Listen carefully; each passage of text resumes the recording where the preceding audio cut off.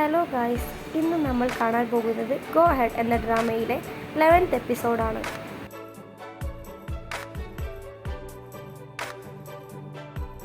Link വിദേശത്ത് പഠിക്കാനായി പോകുമ്പോൾ സീഷോയായിരുന്നു വീട്ടിലുള്ളത്. സീഷോ ഒന്ന് അവനെ വന്ന് നോക്കാത്തത് കാരണം സീഷോ അവിടെ നിന്ന് നോക്കുന്നുണ്ടോ എന്ന് ലിങ് നോക്കുന്നുണ്ട്. എന്നിട്ട് അവൻ നോക്കാത്തത് കാരണം ലിങ് അവിടെ നിന്ന് ജിജിയാൻ്റെ അച്ഛനോട് ഞാൻ പോവുകയാണ് എന്നെല്ലാം പറഞ്ഞ് അവിടെ നിന്ന് ലിങ് പോവുകയാണ്.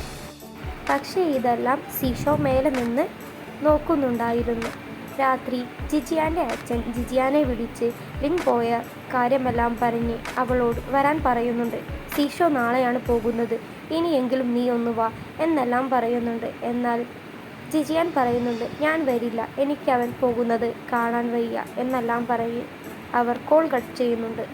അങ്ങനെ പിറ്റേ ദിവസമായപ്പോൾ ജിജിയാൻ്റെ അച്ഛനോടെല്ലാം ബൈ പറഞ്ഞ് സീഷോയും അവിടെ നിന്ന് പോവുകയാണ് ലിങ്ങിൻ്റെ അച്ഛൻ്റെ കാറിൽ. ജിജിയാൻ മുത്തശ്ശിയുടെ വീട്ടിലിരുന്ന് അവളുടെ പഴയ മെമ്മറീസ് എല്ലാം ആലോചിച്ച് വിഷമിച്ചിരിക്കുകയായിരുന്നു. സ്കൂൾ വെക്കേഷന് ശേഷം ജിജിയാൻ സ്കൂളിലേക്ക് വന്നപ്പോൾ ചീലിങ്ങിനെ കണ്ട് അവളോട് സംസാരിക്കുന്നുണ്ട്. ചീലിങ് പറയുന്നുണ്ട്, നീ വെക്കേഷൻ ഫുള്ളും നിൻ്റെ അമ്മമ്മയുടെ സ്ഥലത്തായിരുന്നുവല്ലേ? നിൻ്റെ 2 ചേട്ടന്മാരും നിന്നെ ഒരുപാട് മിസ് ചെയ്തിട്ടുണ്ടാവും. എന്തായാലും അവരുടെ വീടെല്ലാം അവിടെയല്ലേ, അവർ അവിടേക്ക് പോവല്ലേ എന്നെല്ലാം പറയുന്നുണ്ട്. സ്കൂൾ കഴിഞ്ഞ ശേഷം ജിജിയാൻ ബസ്സിൽ കയറി വീട്ടിലേക്ക് പോകുമ്പോൾ ജിജിയാൻ ഒരുപാട് കരയുന്നുണ്ട്. കാരണം ഈ ബസ്സിൽ അവൾ ഇതുവരെ ഒറ്റയ്ക്ക് വന്നില്ലായിരുന്നു. അവളുടെ അപ്പുറത്തും ഇപ്പുറത്തുമായി അവളുടെ 2 ചേട്ടന്മാരുണ്ടാകും. അതെല്ലാം ആലോചിച്ച് പഴയ മെമ്മറീസ് എല്ലാം ആലോചിച്ച് അവൾ അവിടെ ഇരുന്ന് കരയുന്നുണ്ട്. അവൾ വീട്ടിലേക്ക് നടന്നു വരുമ്പോഴാണ് അവിടുത്തെ ചേച്ചി വന്ന് അവളോട് പറയുന്നത്, എന്തായാലും അവർ നിൻ്റെ ഫാമിലിയല്ലല്ലോ, അവർ അവരുടെ വീട്ടിലേക്കായി പോയില്ലേ, നിങ്ങൾ ഇതുവരെ അവരെ നോക്കിയതെല്ലാം വെറുതെ ആയ പോലെ അല്ലേ എന്നെല്ലാം പറഞ്ഞ് അവരവിടെ നിന്ന് ചിരിക്കുന്നുണ്ട്. ഇതെല്ലാം കേട്ട് സങ്കടം സഹിക്കാനാവാതെ ജിജിയാൻ പറയുന്നുണ്ട്, ഞാൻ പോവുകയാണ്, വീട്ടിൽ അച്ഛൻ ഒറ്റക്കാണ് എന്നെല്ലാം പറഞ്ഞ് അവൾ വീട്ടിലേക്ക് വരുമ്പോൾ അച്ഛൻ ലിങ്ങിനെ ഫോൺ ചെയ്തുകൊണ്ടിരിക്കുകയായിരുന്നു. ലിങ്ങിനോട് അച്ഛൻ പറയുന്നുണ്ട്, ജിജിയാൻ ക്ലാസ് കഴിഞ്ഞ് വന്നിട്ടുണ്ട്. അപ്പോൾ ലിങ് പറയുന്നുണ്ട്, ജിജിയാൻ എന്നാൽ കോൾ കൊടുക്കാൻ. അപ്പോൾ അച്ഛൻ കൊടുക്കുമ്പോൾ ജിജിയാൻ ഒന്നും മൈൻഡ് ചെയ്യാതെ നേരെ ബാത്റൂമിലേക്ക് കയറി പോവുകയാണ്. അപ്പോൾ അച്ഛൻ ലിങ്ങിനോട് പറയുന്നുണ്ട്, അവൾ കുറച്ച് ബിസിയാണ്, ഞാൻ പിന്നെ വിളിക്കാം എന്ന് പറഞ്ഞ് അച്ഛൻ ജിജിയാൻ്റെ അടുത്തേക്ക് പോയി നോക്കുമ്പോൾ ജിജിയാൻ അച്ഛനോട് പറയുന്നുണ്ട്, അവർ 2 പേരും ഞങ്ങളുടെ ഫാമിലിയല്ലല്ലേ അച്ഛ, ഞാൻ ആദ്യമെല്ലാം വിചാരിച്ചത് അവർ ഞങ്ങളുടെ ഫാമിലിയാണ് എന്നാണ്. ആദ്യം 6 പറഞ്ഞിട്ടും ഞാൻ അത് കേട്ടില്ലായിരുന്നു. ഇപ്പോൾ ഞാൻ വിചാരിക്കുന്നുണ്ട് അവർ എൻ്റെ ഫാമിലിയല്ല എന്നെല്ലാം ജിജിയാൻ പറയുന്നുണ്ട് അച്ഛനോട്. ഇതെല്ലാം കേട്ടപ്പോൾ അച്ഛൻ പറയുന്നുണ്ട്, നീ അങ്ങനെയൊന്നും വിചാരിക്കേണ്ട, ആദ്യം 6 പറഞ്ഞിട്ടും നീ എന്നോട് വന്നു പറയുന്നത് അതെൻ്റെ ചേട്ടന്മാരാ എന്നല്ലേ, ഇപ്പോഴും നീ നിൻ്റെ ചേട്ടന്മാരാണെന്ന് വിചാരിച്ചാൽ മതി എന്ന് പറയുമ്പോൾ ജിജിയാൻ അവിടെ ഇരുന്ന് സങ്കടം പിടിച്ച് പറയുന്നുണ്ട്, അതെൻ്റെ ചേട്ടന്മാരല്ല അച്ഛ എന്ന് പറഞ്ഞ് അവൾ കരയുമ്പോൾ അച്ഛൻ അവളെ ചേർത്ത് പിടിച്ച് ആശ്വസിപ്പിക്കുന്നുണ്ട്. ഇതെല്ലാം കഴിഞ്ഞ് ഒരു ആഴ്ച കഴിഞ്ഞതിന് ശേഷം ജിജിയാന് ചേട്ടന്മാരോടുള്ള പിണക്കമെല്ലാം മാറി. അന്നൊരു ഫെസ്റ്റിവൽ ആയിരുന്നു, അതുകൊണ്ട് അവരെ 2 പേരെയും ജിജിയാൻ വീഡിയോ കോളാക്കി സംസാരിക്കുന്നുണ്ട്. സീഷോക്ക് അവിടെ റേഞ്ച് ഇല്ലാത്തത് കാരണം സീഷോ വിശ്വസ് പറഞ്ഞ് അവൻ കോൾ കട്ട് ചെയ്യുകയാണ്.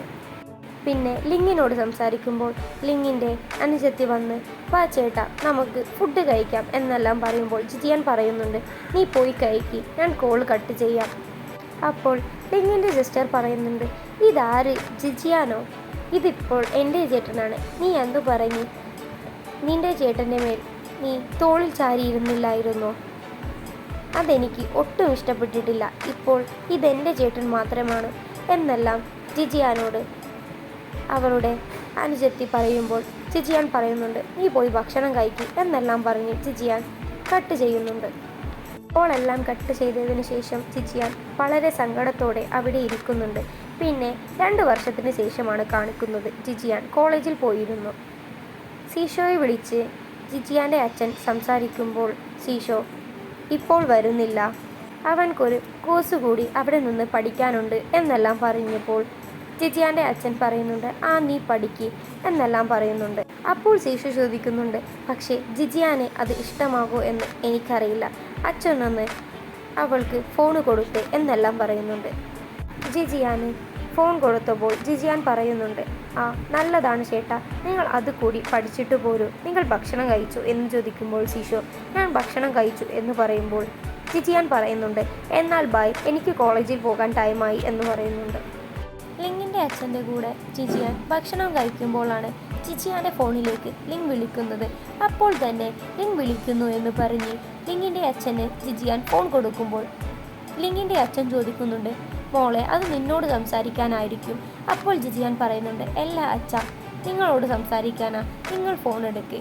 അങ്ങനെ ലിങ്ങിൻ്റെ അച്ഛൻ ഫോൺ എടുത്ത് സംസാരിക്കുകയാണ്. ജിജിയാൻ ഭക്ഷണം കഴിക്കുന്നതെല്ലാം ജിജിയാൻ അറിയാതെ ചീലിങ് ഫോട്ടോ എടുത്ത് ലിങ്ങിന് അയച്ചു കൊടുക്കുന്നുണ്ട്. ഫോട്ടോ എടുക്കുന്നതെല്ലാം ജിജിയാൻ കാണുന്നുണ്ടെങ്കിലും ലിങ്ങിന് അയച്ചു കൊടുക്കുന്ന കാര്യമൊന്നും ജിജിയാന് ഒട്ടും അറിയില്ലായിരുന്നു. ജിജിയാൻ്റെ അച്ഛനും ലിങ്ങിൻ്റെ അച്ഛനും കൂടി ഭക്ഷണം കഴിച്ച് സംസാരിക്കുകയാണ്. അപ്പോഴാണ് ലിങ്ങിൻ്റെ അച്ഛൻ പറയുന്നത്, ലിങ് ഇനിയും വേറെ ഏതോ കോഴ്സെല്ലാം പഠിച്ച് അവിടെ തന്നെ നിൽക്കാനാണ് പ്ലാൻ എന്നെല്ലാം പറയുമ്പോൾ ജിജിയാൻ്റെ അച്ഛൻ ചോദിക്കുന്നുണ്ട്, അതെന്താ അങ്ങനെ പറയുന്നത്? കോളേജ് കഴിഞ്ഞ് അവൻ ഇവിടേക്ക് വരുമെന്നല്ലേ പറഞ്ഞത് എന്നെല്ലാം ചോദിക്കുമ്പോൾ ലിങ്ങിൻ്റെ അച്ഛൻ പറയുന്നുണ്ട്, അതിനൊന്നും അവൾ ഒരിക്കലും സമ്മതിക്കില്ല. അതെനിക്കറിയാം, അതുകൊണ്ടാണ് ഞാൻ ഇവിടെ നിന്ന് അവനോട് കോളേജ് പഠിച്ചാൽ മതി എന്ന് പറഞ്ഞത്. അപ്പോൾ അവൻ അവിടെ കോളേജ് അഡ്മിഷൻ എടുത്തത് കാരണമാണ് ഞാൻ അവിടേക്ക് വിട്ടത്. ഇപ്പോൾ അവനെ അവൾ ഇവിടേക്ക് വിടൂ എന്ന് പോലും എനിക്കറിയില്ല എന്നെല്ലാം ലിങ്ങിൻ്റെ അച്ഛൻ ജിജിയാൻ്റെ അച്ഛനോട് പറയുന്നുണ്ട്. ഇവിടെ കോളേജ് പഠിക്കുമ്പോൾ ജിജിയാനും ചീലിങ്ങും ടങ്സാനും വളരെ നല്ല സുഹൃത്തുക്കളായി മാറിയിട്ടുണ്ട്. അവരൊരു റൂം ബുക്ക് ചെയ്ത് അവർ 3 പേര് കൂടി അവിടെയാണ് താമസിക്കുന്നത്. അങ്ങനെ അവർ എല്ലാവരും ഒപ്പരം എപ്പോഴും ഒരുമിച്ച് ഫുഡ് കഴിച്ചും ഡ്രിങ്ക്സ് അടിച്ചും അവർ അങ്ങോട്ടും ഇങ്ങോട്ടും നല്ല ഫ്രണ്ട്സായി ആ റൂമിൽ തന്നെയാണ് ഇപ്പോൾ താമസം. ഇതാണ് ഗോ അഡ് എന്ന ഡ്രാമയിലെ 11th എപ്പിസോഡിലുള്ളത്.